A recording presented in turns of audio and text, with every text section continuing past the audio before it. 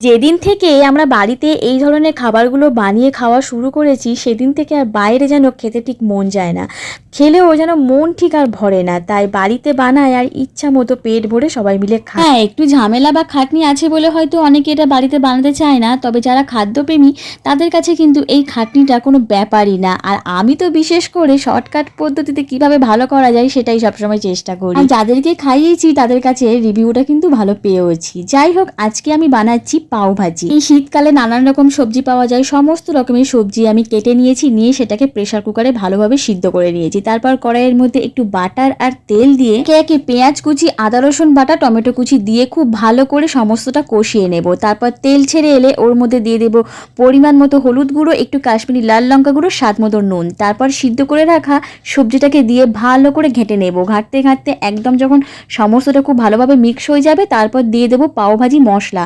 এটা দোকানে কিনতে পাওয়া যায়। ওই মশলাটাকে দিয়ে খুব ভালো করে আবারও কষিয়ে নিয়ে তারপর জল দিয়ে দেবো। জলটা একটু পরিমাণে কম দিতে হবে, কারণ এটা একটু মাখামাখাই হয়। সব শেষে পরিমাণ মতো চিনি আর একটা গোটা লেবুর রস চিপে দিয়েছি, কারণ এই সবজিটা একটু টক টক খেতে লাগে। সবজি একদম রেডি, উপর থেকে ধনেপাতা আর একটু বাটার দিয়ে সাজিয়ে নিয়েছি।